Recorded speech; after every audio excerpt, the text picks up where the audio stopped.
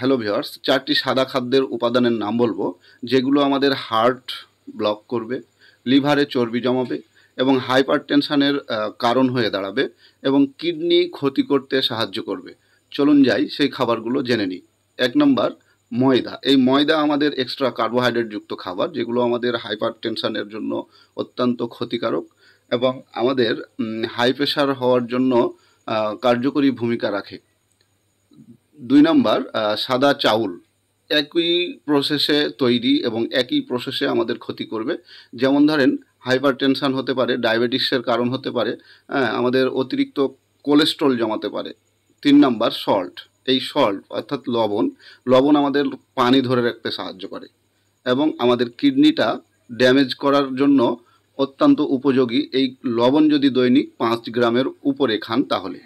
চিনি, চিনি আমাদের ডায়াবেটিসের প্রধান কারণ।